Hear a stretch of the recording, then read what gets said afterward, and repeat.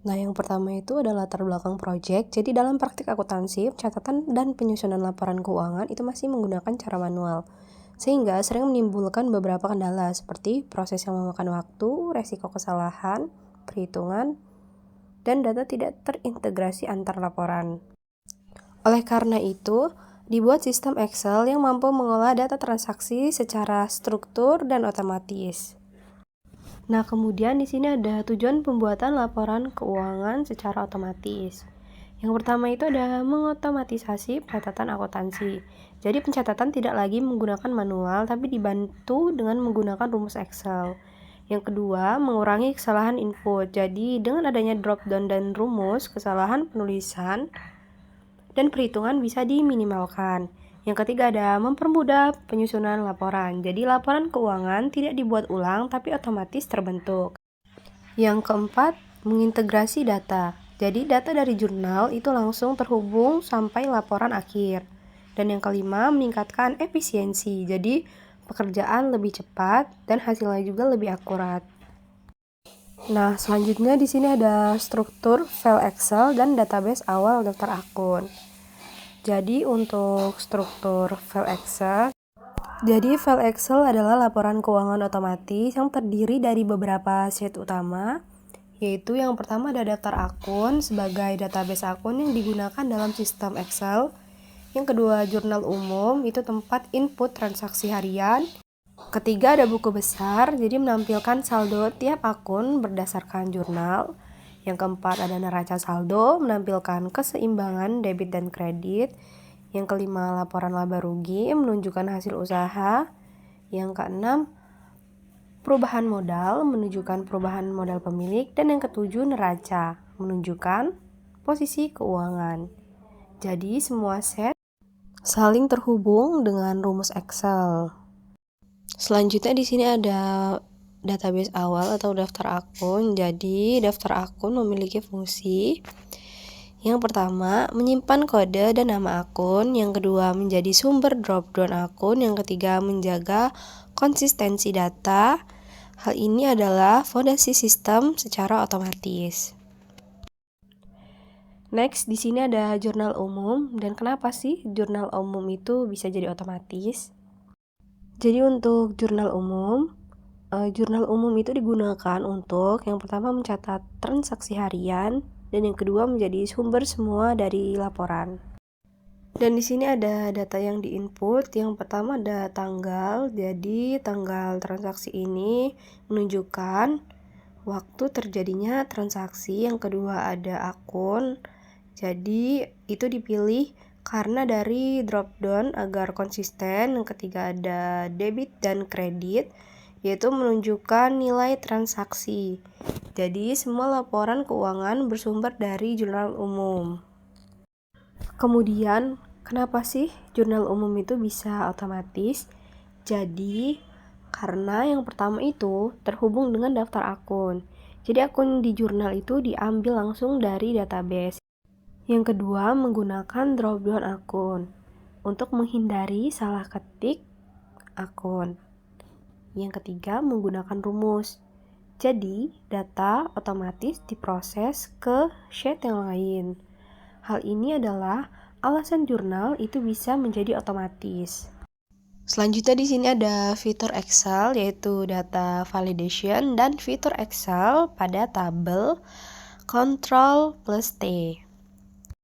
Pada fitur Excel data validation, yang pertama itu digunakan untuk membuat drop down akun. Jadi pengguna tinggal memilih akun. Dan untuk menghindari salah ketik akun.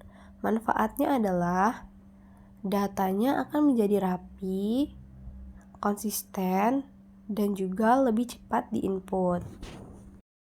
Kemudian untuk fitur Excel tabel Ctrl plus T, yang pertama itu digunakan pada jurnal umum. Gunanya agar data lebih terstruktur. Yang kedua, data otomatis bertambah. Jadi saat transaksi itu baru ditambahkan. Dan yang ketiga, rumus itu ikut otomatis. Jadi tidak perlu copy rumus yang manual. Sehingga tabelnya membuat sistem yang menjadi lebih dinamis. Dan yang terakhir di sini ada fitur Excel, IF, dan fitur Excel Sum. Jadi untuk fitur Excel IF, jadi fungsi IF ini digunakan untuk yang pertama, menentukan posisi debit atau kredit. Jadi memisahkan debit dan kredit agar perhitungannya sesuai dengan posisi akun, sehingga dapat menentukan posisi akun. Misalnya, akun masuk ke laporan tertentu. Dan yang kedua, menyesuaikan perhitungan laporan. Jadi, rumus bekerja sesuai dengan kondisi data. Nah, IF ini membuat sistem bisa menjadi berpikir seperti itu.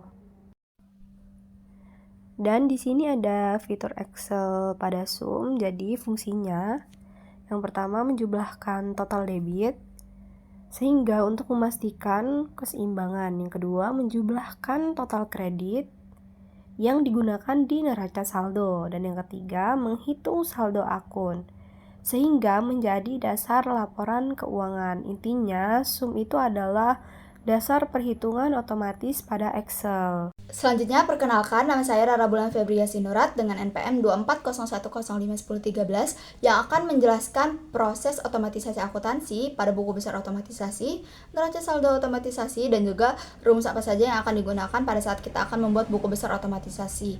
Nah, yang pertama adalah buku besar otomatisasi. Ketika kita akan membuat buku besar otomatisasi, langkah pertama yang dilakukan untuk membuat buku besar otomatisasi adalah dengan menghubungkan jurnal umum ke buku besar melalui referensi antar sheet.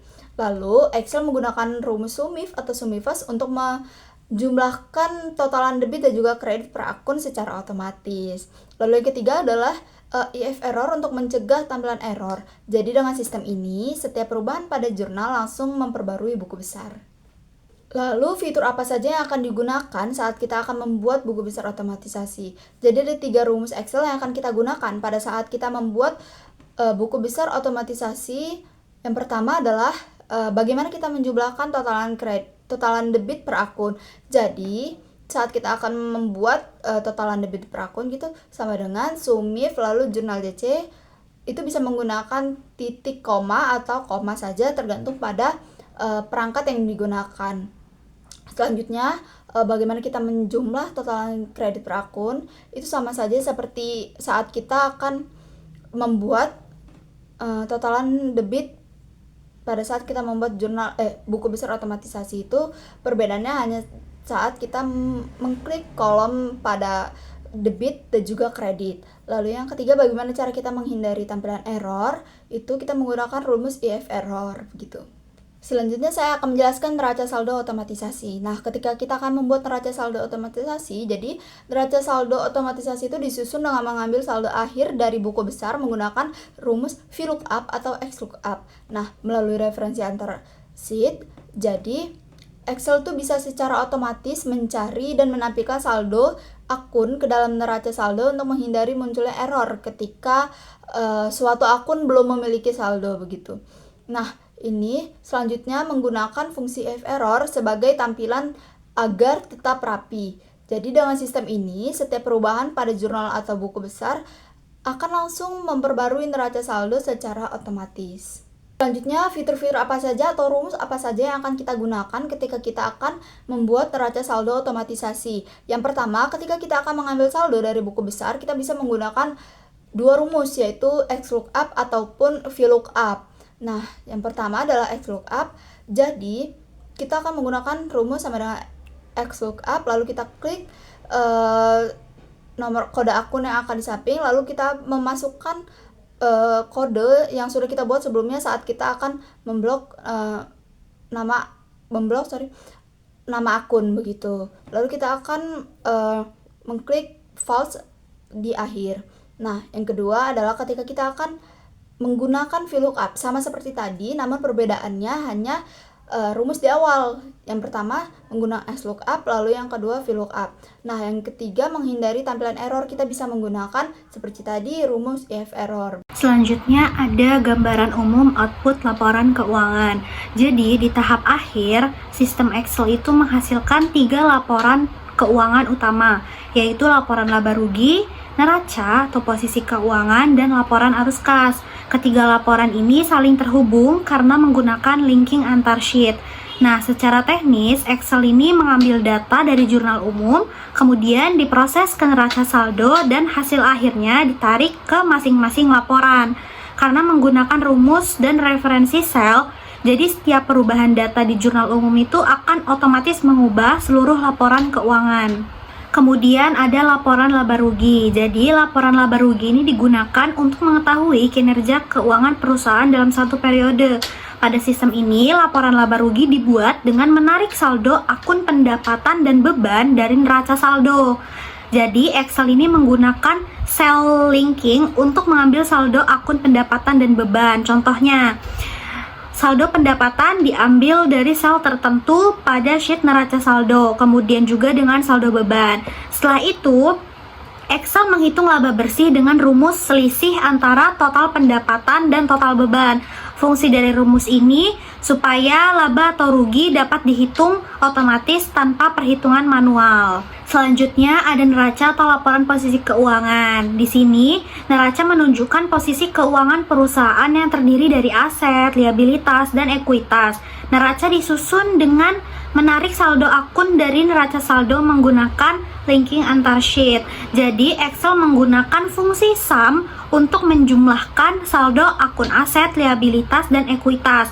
Kemudian, total aset dibandingkan dengan total liabilitas dan ekuitas untuk memastikan neraca tetap seimbang atau balance. Nah, fungsi dari rumus ini untuk menjaga konsistensi data dan memastikan neraca selalu balance selama data jurnal itu benar. Kemudian ada laporan arus kas. Jadi laporan arus kas digunakan untuk mengetahui aliran kas masuk dan aliran kas keluar perusahaan. Dalam sistem ini, arus kas itu dibagi menjadi 3. Ada aktivitas operasi, investasi, dan pendanaan. Excel menyusun laporan arus kas dengan menarik data dari laporan laba rugi dan neraca saldo, terutama dari akun kas. Nah, dengan menggunakan rumus dan referensi sel, Excel membantu mengelompokkan arus kas sesuai dengan jenis aktivitasnya. Nah, yang pertama arus kas dari aktivitas operasi. Arus kas dari aktivitas operasi ini dihitung dengan mengambil laba bersih dari laporan laba rugi. Jadi secara teknis, Excel tuh menggunakan linking untuk menarik nilai laba bersih tersebut. Selanjutnya, Excel menambahkan penyesuaian atas transaksi non-kas seperti penyusutan. Nah, rumus ini berfungsi untuk mengubah laba akrual menjadi kas real yang dihasilkan dari kegiatan operasional perusahaan. Selanjutnya, arus kas investasi dan pendanaan. Nah, arus kas investasi dan pendanaan ini dihitung dengan mengambil saldo akun tertentu dari neraca saldo. Nah, Excel menggunakan referensi sel dan rumus penjumlahan untuk mengelompokkan transaksi pembelian aset, penambahan modal, dan pembayaran utang. Setelah itu, Excel menghitung total perubahan kas dengan menjumlahkan arus kas operasi, investasi, dan pendanaan. Fungsi rumus ini untuk mengetahui kenaikan atau penurunan kas selama satu periode. Kemudian, kelebihan sistem otomatisasi Excel. Keunggulan utama dari sistem ini tuh terletak pada penggunaan rumus dan linking antar sheet. Jadi, data hanya diinput satu kali, tetapi dapat digunakan untuk menghasilkan seluruh laporan keuangan. Dengan sistem otomatis ini, risiko kesalahan perhitungan dapat dikurangi, proses penyusunan laporan menjadi lebih cepat, dan data antar laporan tetap konsisten. Kesimpulannya, dari hasil implementasi dapat disimpulkan bahwa fitur otomatisasi Excel seperti cell linking, fungsi sum, dan rumus perhitungan lainnya itu mampu membantu penyusunan laporan keuangan secara efisien dan akurat, mulai dari jurnal umum hingga laporan arus kas. Seluruh laporan ini saling terhubung dan akan otomatis menyesuaikan jika terjadi perubahan data. Dengan demikian, Excel dapat digunakan sebagai alat bantu akuntansi yang praktis dan fungsional.